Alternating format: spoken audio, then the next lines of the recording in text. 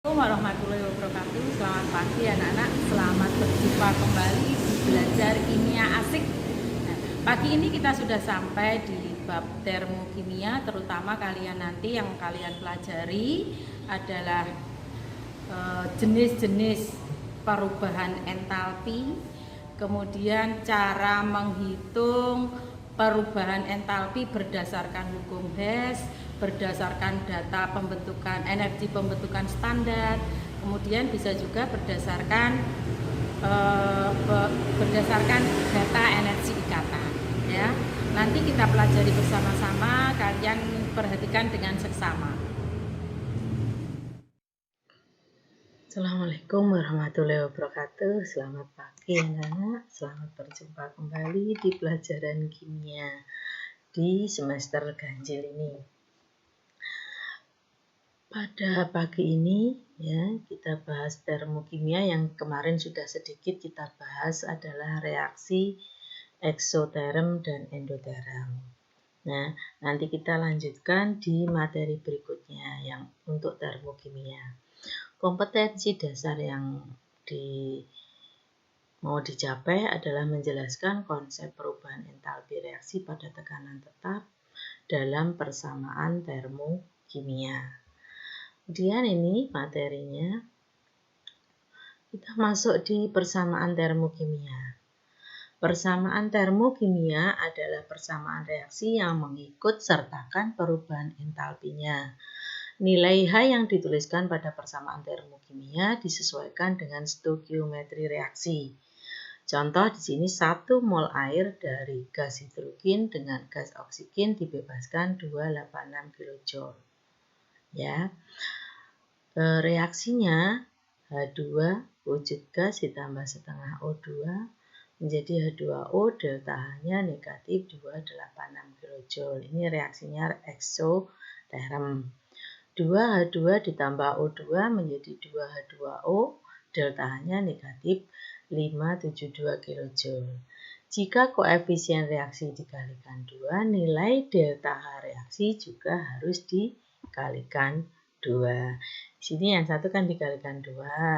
Kemudian yang ini dari awalnya H2 plus setengah O2 menjadi H2O dikalikan 2, ini juga harus dikalikan 2. Untuk reaksinya tetap delta H-nya negatif 572 dikalikan 2, ini reaksinya tetap eksoterm. Kemudian berikutnya, entalpi molar. Entalpi pembentukan standar delta H F0, ya ini untuk yang standar pembentukan. Jika pengukuran dilakukan pada keadaan standar, keadaan standar itu keadaan 298 Kelvin, tekanannya adalah 1 atmosfer. Jadi ini suhunya itu dalam suhu mutlak atau suhu Kelvin. Kalau nanti masih Celcius, kita ubah menjadi Kelvin. Dan semua unsur-unsurnya dalam bentuk standar. Perubahan entalpinya disebut dengan entalpi pembentukan standar atau delta HF0. Dinyatakan dalam kilojoule per mol. Dua hal yang perlu kalian perhatikan berkaitan dengan entalpi pembentukan, yaitu zat yang dibentuk adalah 1 mol. Dan dibentuk dari unsurnya dalam bentuk standar. Ini ada beberapa reaksinya entalpi pembentukan dari beberapa zat, ya, H2O dan seterusnya. Itu bisa kalian lihat di situ. Entalpi peruraian, tadi pembentukan, ini peruraian atau delta HC0. Reaksi peruraian merupakan kebalikan dari reaksi pembentukan. Oleh karena itu, sesuai dengan asas kekekalan energi, nilai entalpi peruraian sama dengan entalpi pembentukannya. Tetapi tandanya berlawanan. Ya, kalau reaksinya ekso di pembentukan, berarti di peruraian reaksinya adalah endoterm. Kemudian ada entalpi pembakaran standar atau delta Yang peruraian tadi delta HD ya, ini keliru, di sini ada delta HC. Delta HC itu untuk entalpi pembakaran standar.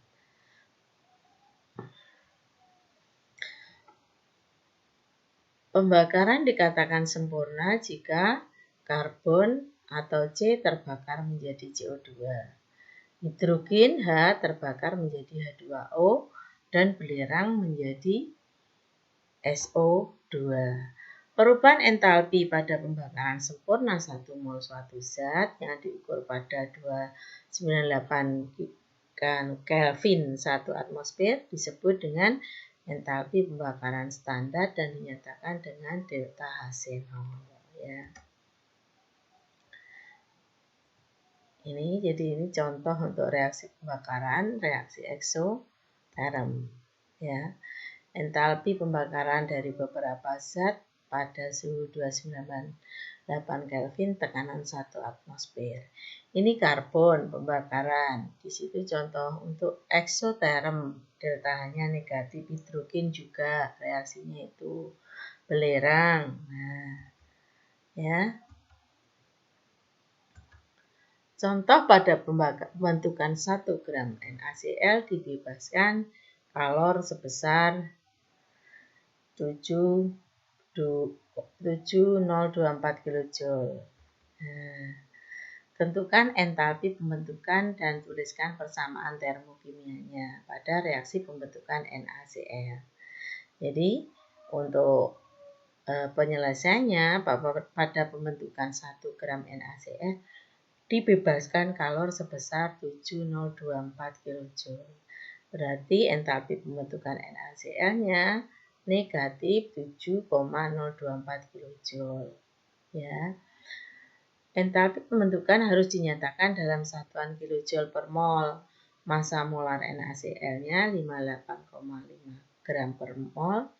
Jadi entalpi pembentukan NaCl-nya negatif 7,024 kJ per mol kali 58,5 gram per mol. Sehingga hasilnya negatif 410,9 kJ per mol. Bentuk standar dari natrium adalah padatan, sedangkan klorin adalah gas diatomik. Jadi persamaan termokimia pembentukan NaCl adalah Na ditambah setengah Cl2 menjadi NaCl, delta H-nya negatif 401,9 kJ. Reaksinya adalah reaksi eksoterm. Sedangkan yang ini adalah pembakaran bensin adalah suatu proses eksoterm. Apabila bensin dianggap terdiri atas isooktana C8H18 ya. Sebetulnya di situ isooktana hanyalah satu komponen bensin, kan ada N-heptana ya. Tentukan jumlah kalor yang dibebaskan pada pembakaran 1 liter bensin. Jika diketahui entalpi pembakaran isooktana itu negatif 5,460 kJ per mol dan massa jenis isooktananya 0,7 kg per liter. Delta H-nya 1 ya, untuk ARH-nya 1 dan ARC-nya 12. Nah, penyelesaiannya dalam hal ini telah diketahui entalpi pembakaran isooktana yaitu negatif 5460 kJ per mol. Maka yang diperlukan adalah menentukan jumlah mol isooktana dalam 1 liter bensin tersebut. Sehingga nanti pada akhirnya diperoleh perhitungannya seperti itu. 1 liter bensinnya 1 kali 0,7 sehingga diperoleh 0,7 kg atau 700 gram. Jumlah mol isooktananya 700 dibagi 114 ya. 114 itu adalah mR-nya. Sehingga diperoleh 6,14 mol. Jadi kalor yang dibebaskan pada pembakaran 1 liter bensin adalah 6,14 kali 5460 sama dengan 33524,4 kJ. Berbagai entalpi molar lainnya tadi kan sudah ada pembentukan, penguraian, pembakaran ya. Contoh lainnya adalah ini, terdapat berbagai entalpi molar lain seperti entalpi penetralan, entalpi peleburan, entalpi penguapan, dan entalpi larutan ya. Jadi ini contoh-contohnya. Sekarang kita lanjutkan penentuan entalpi reaksi. Yang pertama bisa menggunakan kalorimetri. Nanti pada waktu pertemuan luring kita lakukan percobaannya. Cara penentuan kalori reaksi dengan menggunakan kalorimeter disebut dengan kalorimetri. Dapat menentukan jumlah kalori yang diserap oleh air serta perangkat kalorimeter berdasarkan rumus berikut. Rumusnya Q air sama dengan M kali C kali delta T ya. Jadi ini kita menggunakan rumusan untuk menghitung kalorimetri. Nah, nanti Q-nya adalah jumlah kalor, M-nya adalah massa air ya, massa air atau massa larutan di dalam kalorimetri. Terus C-nya itu adalah kalor jenis air. Ya, kalor jenis air. C besarnya adalah kapasitas kalor ya dari boom kalorimeter. Kemudian T itu adalah kenaikan suhu larutan. Berikutnya, oleh karena tidak ada kalor yang terbuang ke lingkungan, maka kalor reaksi sama dengan kalor yang diserap oleh air atau larutan dan boom, tetapi tandanya berbeda. Q reaksi sama dengan negatif Q air ditambah Q-nya boom. Jadi kalor reaksi sama dengan jumlah kalor yang diserap atau yang dilepaskan larutan, sedangkan kalor yang diserap oleh gelas dan lingkungan diabaikan. Jadi nanti bisa kita lakukan percobaannya seperti itu ya. Jadi kalau luring saja nanti ketemu. Nah, cara yang kedua itu kalian bisa menggunakan dengan hukum Hess. Hukum Hess berkaitan dengan reaksi-reaksi yang dapat dilangsungkan menurut dua atau lebih cara. Reaksinya dapat dilangsungkan menurut dua cara sebagai berikut. Cara yang satu, reaksi satu tahap, dan cara yang dua, reaksi dua tahap. Henry Hess menemukan bahwa kalau reaksi dari kedua cara tersebut adalah sama. Ya, cara yang pertama di sini, kalau ada C ditambah O2, reaksinya menghasilkan CO2. Delta H-nya negatif 397 kJ. Cara yang kedua, tahap pertama, C ditambah setengah O2 menghasilkan CO, delta H-nya negatif 111 kJ. Tahap yang kedua, CO ditambah setengah O2 menjadi CO2, delta H-nya negatif 283 kJ. Sehingga reaksinya C ditambah O2 menghasilkan CO2, delta H-nya negatif 394 kJ. Jadi cara satu dan cara dua hasilnya sama. Hukum Hess di situ ya. Yang perlu benar-benar kalian ingat pada hukum Hess, kalau reaksi hanya bergantung pada keadaan awal dan keadaan akhir reaksi. Tidak memperhitungkan pada lintasan. Hukum Hess dapat dinyatakan dalam bentuk diagram siklus atau diagram tingkat energi. Ini yang benar-benar harus kalian ingat. Kalau reaksi hanya bergantung pada keadaan awal dan keadaan akhir reaksi. Tidak bergantung pada lintasan atau tahap reaksi. Ya, jadi tidak bergantung pada itu. Jadi misalnya kalian rumahnya itu di, misalnya ini ya, rumahnya di Sono Ageng mau ke SMA Prambon, kalian ke Sumber Kepuh dulu, terus ke Gading dulu, terus saya balik ke sana terus baru sampai ke SMA Prambon. Yang dihitung hanya kalian pada waktu dari rumah sampai dengan SMA Prambon. Nah, itu kan ada beberapa tahap. Atau kalian dari Sono Ageng kuwi langsung ke SMA Prambon. 1 tahap. Yang dihitung hanya dari rumah sampai ke tempat tujuannya. Ya, ini bisa digunakan tadi diagram siklus ya. Jadi ini siklusnya bisa pakai yang kiri atau yang kanan sama ya. Kemudian penentuan kalau reaksi berdasarkan hukum Hess ya. Kalau reaksi dapat ditentukan secara tidak langsung, artinya tidak melalui suatu percobaan, tetapi dari kalau reaksi-reaksi lain yang berhubungan. Penentuan kalau reaksi berdasarkan data entalpi pembentukan. Kemudian ya, yang ini, kalau reaksi dapat juga ditentukan berdasarkan data entalpi pembentukan zat bereaksi dan produknya. Dalam hal ini, zat bereaksi dianggap terlebih dahulu terurai menjadi unsur-unsurnya. Kemudian unsur-unsur tersebut bereaksi membentuk zat produk. Ya, contoh ini kalau ada reaksi H2 ditambah F2 menghasilkan 2HF. Delta-nya negatif 537 kJ. Ya. Yang kedua C ditambah 2F2 menghasilkan CF4, delta-nya negatif 680 kJ. C di situ yang ketiga 2C ditambah 2H2 menghasilkan C2H4. Delta-nya 52,3. Tentukan entalpi reaksi C2H4 ditambah 6F2 menghasilkan 2CF4 ditambah 4HF.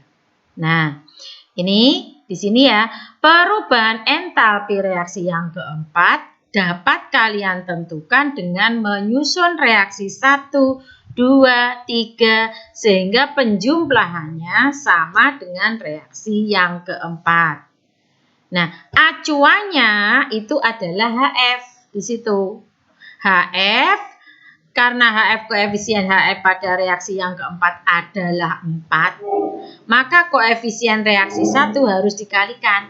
Kenapa? Di data 1 F2-nya di situ HF-nya adalah 2. Padahal di soalnya itu 4. Berarti harus dikalikan 2. Sehingga reaksi 1 bisa disusun menjadi 2H2 ditambah 2F2 menghasilkan 4HF. Delta-nya negatif 1,074. Nah, reaksi yang kedua acuannya adalah CF4.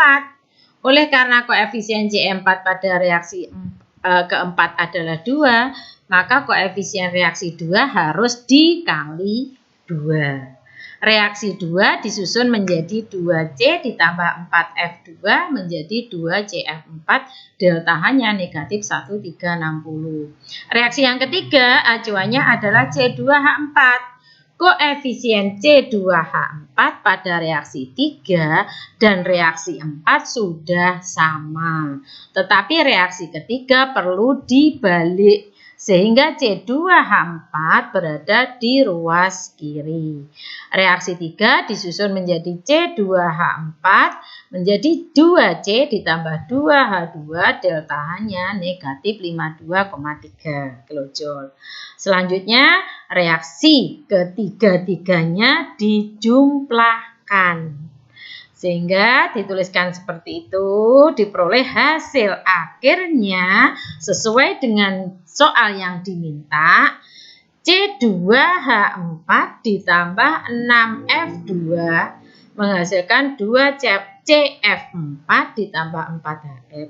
Delta-nya negatif 2486,3 kJ.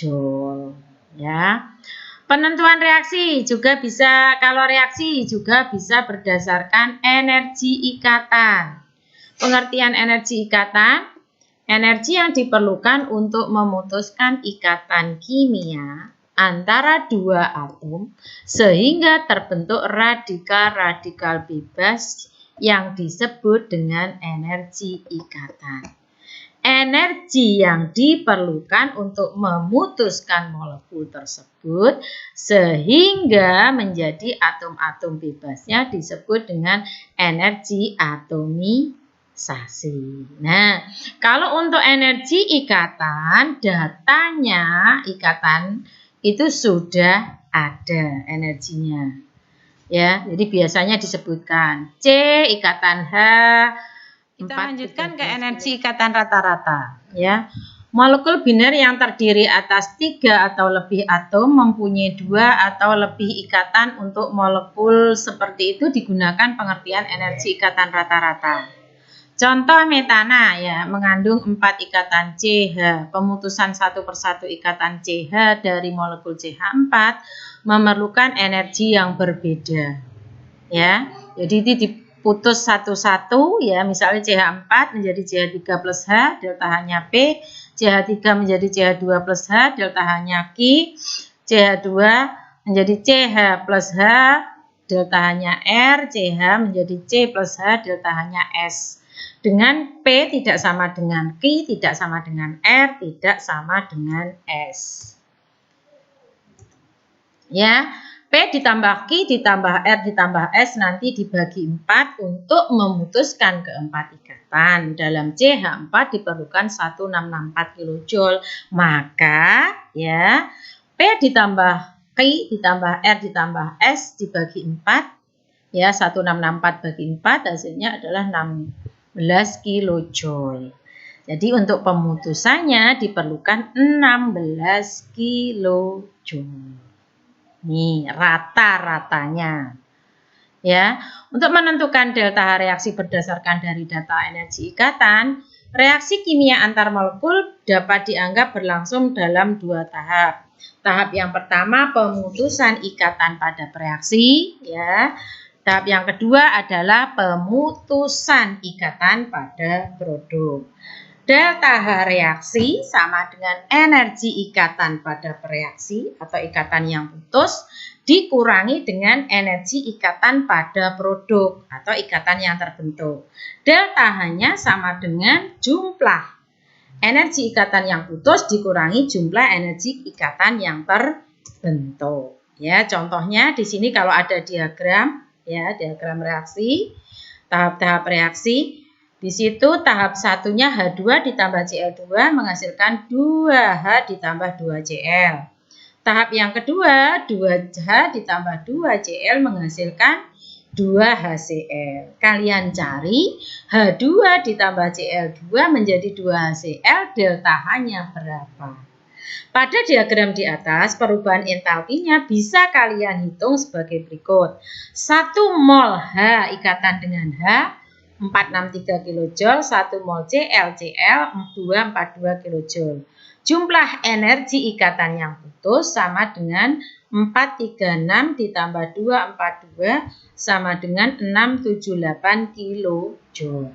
2 mol HCl sama dengan 2 kali 431 kJ sama dengan 862 kJ. Delta H-nya sama dengan energi ikatan yang putus dikurangi dengan energi ikatan yang terbentuk. Sehingga 678 dikurangi 862 sama dengan negatif 184. Ya. Nah, ini ada tambahan sedikit untuk nilai kalor dari berbagai jenis bahan bakar. Bisa kalian lihat ya. Nah, jadi cukup sekian nanti untuk pembelajaran kita yang termokimia. Kalian coba nanti soal-soalnya di buku LKS ya. Tentang hukum Hess, tentang energi ikatan, kemudian tentang delta H pembentukan standar. Ya. Selamat belajar. Terima kasih atas perhatiannya. Semoga yang kalian pelajari bermanfaat. Sekian, wassalamualaikum warahmatullahi wabarakatuh.